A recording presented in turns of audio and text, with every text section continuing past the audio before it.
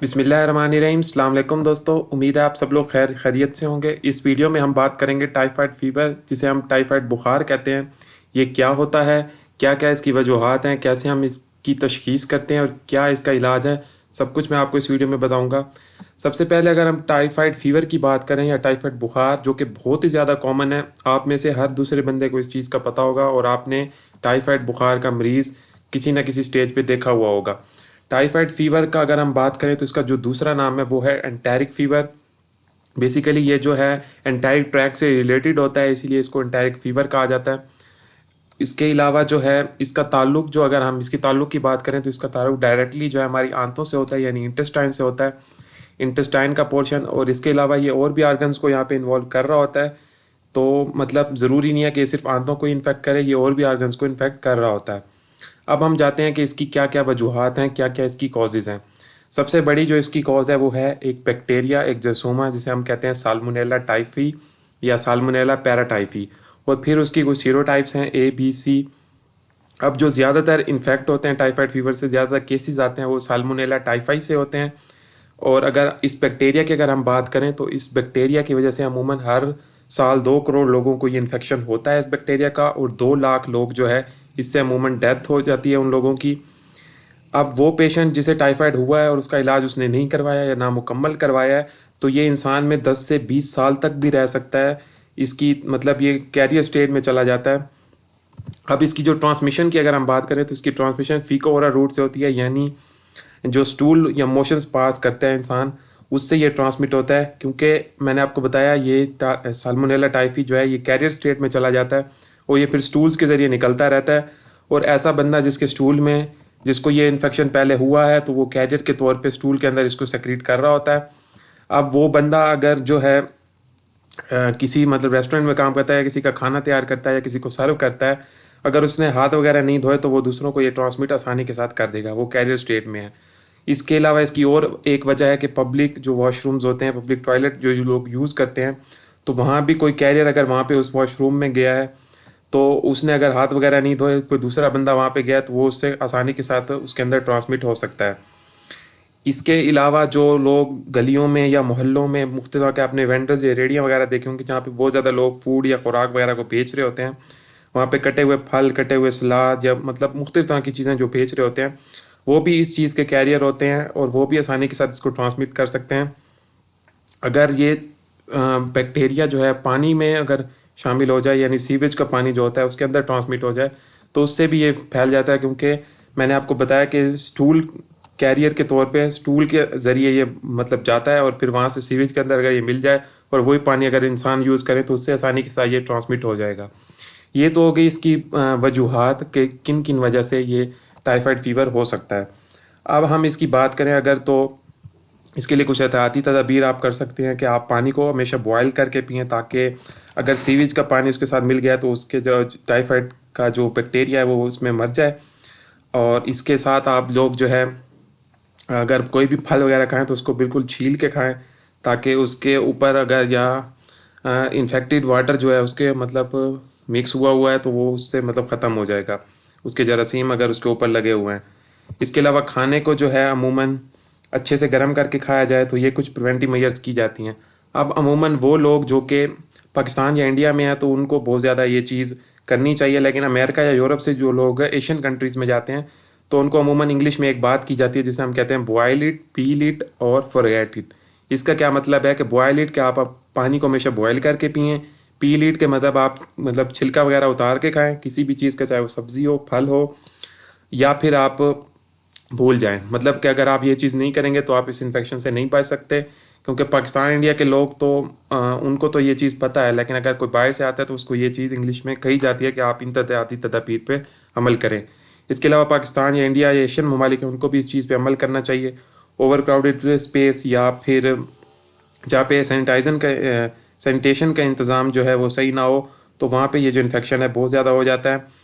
अब ये typhoid fever जो है अमूमन एक इंटेस्टाइन का जो हमारी आंत का हिस्सा है, आखिरी हिस्सा जो लार्ज इंटेस्टाइन का है, distal ileum, sorry small intestine का, छोटी आंत का जो आखिरी हिस्सा है आइलियम, उसको ये बहुत ज़्यादा इन्फेक्ट करता है।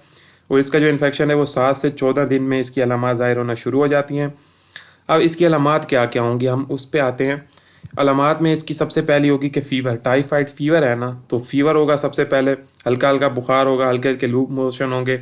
ये होती है इनिशियल स्टेज। लेकिन कुछ लोगों में जो है बड़ा ही हाई ग्रेड फ़ीवर आएगा, और उसकी अमूमन अगर पेशेंट आए तो अगर उसकी कॉज फीवर की पता ना लग रही हो तो उसमें टाइफाइड फीवर को हमेशा रूल आउट किया जाता है। टाइफाइड फीवर में जो है स्पेसिफिक किस्म का फीवर होता है, जैसे स्टेप लेडर पैटर्न फीवर कहते हैं।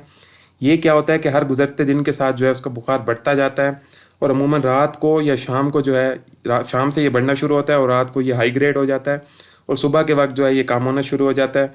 पेशेंट जो है उसको सर्दी बहुत ज़्यादा लगती है, और ये अमूमन 103 से 104 फ़ारेनहाइट तक तकरीबन बढ़ता रहता है।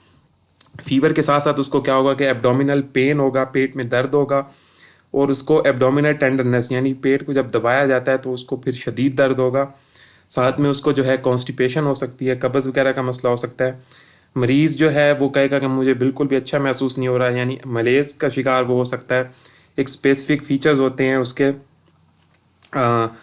उसमें क्या होगा कि उसके अगर बेहतरी ना आए या उसका इलाज ना किया जाए, और अगर फ़ौरन इलाज किया जाए तो वो फ़ौरन मतलब दूसरे दिन से ही ठीक होना शुरू हो जाता है, और 4 से 5 दिन तक उसका काफ़ी तक ठीक हो जाता है। लेकिन अगर ना किया जाए तो साथ में उसके बड़े ही ख़तरनाक सिम्टम्स आएंगे। उसकी दिल की धड़कन बढ़ सकती है, जहनी दबाव का शिकार हो जाएगा वो, और बीमारी के असरात जो होंगे उसके इन्फेक्शन की सूरत में उसको नज़र आएंगे, और बहुत ज़्यादा वो सोना शुरू कर देगा, बहुत ज़्यादा थकावट, मलेज, यानी उसका वज़न कम होना शुरू हो जाएगा, खाना ठीक से नहीं खाएगा। पल्स जो है उसकी डायक्रोटिक पल्स हो जाएगी, यानी एक स्ट्रॉन्ग पल्स होगी और दूसरी वीक पल्स होगी। सांस की रफ्तार बढ़ जाएगी। मरीज़ का जो लुक है वो एक स्पेसिफिक किस्म का होता है, जिसे हम टॉक्सिक लुक कहते हैं, यानी बीमारी वाला लुक, जिसे देख के बंदा कहे कि तुम्हें क्या हो गया, मतलब कोई मसला है या तुम्हें कोई क्या बीमारी है, इस तरह का उसका लुक होता है। और दर्द उसको आंतों की सोजिश की वजह से बहुत ज़्यादा हो सकता है, और अगर उसका इलाज ना किया जाए तो उसमें से खून आना शुरू हो सकता है, जिसे इंटेस्टाइनल परफोरेशन कहते हैं, कि आंत का कोई हिस्सा जो है फट भी सकता है अगर उसका इलाज ना किया जाए। पेरोटिनाइटिस हो जाएगा, उसको बहुत ज़्यादा दर्द होगा, टेंडरनेस होगी, और मोर्टैलिटी की तरफ फिर वो चला जाएगा। लेकिन अमूमन 0.2% चांसेस हैं, मतलब मोर्टैलिटी के, अगर उसका इलाज हो जाए। तो अगर इलाज नहीं किया तो फिर इस तरह के सिम्टम्स आ जाएंगे। दिमागी मसला हो सकता है, कोई साइकेट्रिक, ठीक हो भी जाए फिर भी दिमागी मसला होगा, टॉक्सिक लुक उसका फिर भी दिखाई देगा अगर उसने इलाज नहीं किया। अमूमन 4 वीक के बाद ये अमूमन खुद ब खुद ठीक होना भी शुरू हो जाता है। लेकिन जो आम सिम्टम है, यानी पेट का दर्द हो गया, दिमागी खलल, नींद वगैरह, बुखार, ये बेहतर हो जाता है 4 वीक के बाद। लेकिन उसका जो जहनी मसला है वो हमेशा रहता है अगर उसका सही से इलाज ना किया जाए, क्योंकि वो कैरियर स्टेट में जाता है ज़िंदगी भर के लिए। कैरियर स्टेट इसकी गाल ब्लैडर के अंदर होती है, यानी पित्ता जिसे हम बोलते हैं, और इसका फ़ौरन इलाज ज़रूरी है। तो ये तो हो गए इसके कुछ clinical features, science and symptoms. अब हम देखते हैं कि इसकी तशखीस कैसे करेंगे, इसकी डायग्नोसिस कैसे की जाती है। डायग्नोसिस मोस्टली जो है इसकी हिस्ट्री से ही की जाती है, जो कि अलामात जो कि किसी फैमिली में आ रही होंगी, जब पेशेंट आपको खुद बताएगा तो उससे मोस्टली ये जो है डायग्नोस हो जाता है। कुछ और टेस्ट भी इसके साथ किए जाते हैं, जिसमें विडल टेस्ट है। ये टेस्ट पाकिस्तान में जो होता है, लेकिन इसको हमें मतलब इतना ज़्यादा इम्पोर्टेंट नहीं है, मतलब इफ़ेक्टिव नहीं है, तो इसको अमूमन ना भी किया जाए तो खैर है। इसके साथ जो तीसरा टेस्ट किया जाता है वो होता है टाइफी डॉट टेस्ट। इसमें क्या होगा कि इसमें चेक किया जाता है IgM और IgG, जो कि ज़्यादा बेहतर होता है इम्यूनोग्लोबुलिन G और इम्यूनोग्लोबुलिन M। साथ में जो ये बहुत ही इफेक्टिव टेस्ट है टाइफी डॉट टेस्ट। साथ में एक और बड़ा ही इंपॉर्टेंट टेस्ट यहाँ पे किया जाता है, जिसमें ब्लड कल्चर और स्टूल कल्चर किया जाता है। तीसरा कल्चर भी होता है बोन मैरो कल्चर का, जो कि हम आगे जाके देखेंगे। ब्लड कल्चर में क्या करेंगे कि ब्लड को लिया जाता है और उसको फिर लेबॉर्ट्री के अंदर 7 दिन के लिए भेजा जाता है। लेकिन इसके साथ वेट नहीं किया जाता, उसके साथ साथ उसको मतलब मेडिसिन या दवाई शुरू कर दी जाती है, जो कि हम आगे चल के देखेंगे। दूसरे नंबर पे जो स्टूल टेस्ट है ना, स्टूल टेस्ट जो है, क्योंकि कैरियर है, जैसे मैंने आपको कहा कि स्टूल के ज़रिए ट्रांसमिट करता है दूसरे लोगों को, तो स्टूल के अंदर कल्चर करके हम इसको देख लेते हैं। अमूमन ये जो दोनों टेस्ट हैं ये पहले हफ्ते के अंदर ही कर लेने चाहिए, क्योंकि अमूमन 90% काज उसकी वहाँ पे पता लग जाती है। लेकिन जैसे ही हम इसको लेट करते जाएंगे तो इसकी अफादियत जो है वो कम होना शुरू हो जाती है, और ये इतने ज़्यादा इफेक्टिव नहीं रहते। ब्लड सैंपल जो है, आपने 3 वाइल या 3 सैंपल या 30 ml ब्लड ले सकते हैं, और वो 97% जो है इसकी काज बता देता है। अगला जो टेस्ट है वो है बोन मैरो कल्चर। उसमें क्या होता है कि बोन मैरो एस्पिरेट भी जिसे हम कह सकते हैं, BMA, इसमें अमूमन तकलीफ़ ज़्यादा होती है और अमूमन इसीलिए इसको नहीं किया जाता है, लेकिन ये टेस्ट भी इसके लिए किया जा सकता है। ये तो हो गए इसके कुछ टेस्ट या कुछ इसकी डायग्नोसिस वगैरह। ट्रीटमेंट इसकी कैसे करेंगे?